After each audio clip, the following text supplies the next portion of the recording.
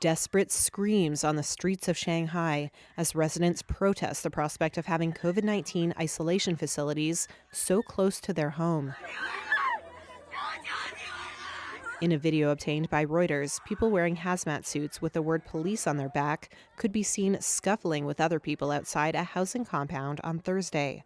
The owners of the compound said authorities had converted 5 of its vacant buildings into isolation facilities, and it had been advised a further 9 buildings would be converted.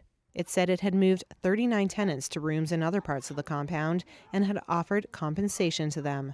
But still, locals are furious. They say they're worried about being put at increased risk of infection.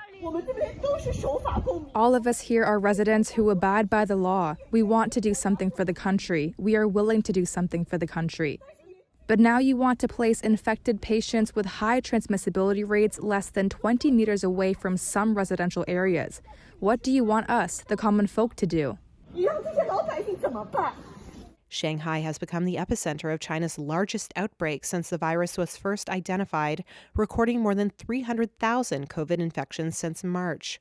And while the Chinese public has been largely supportive of the country's zero-COVID policy, their patience seems to be wearing thin as the highly contagious Omicron variant emerges in China, triggering curbs that have brought food shortages, family separations, lost wages, and economic pain.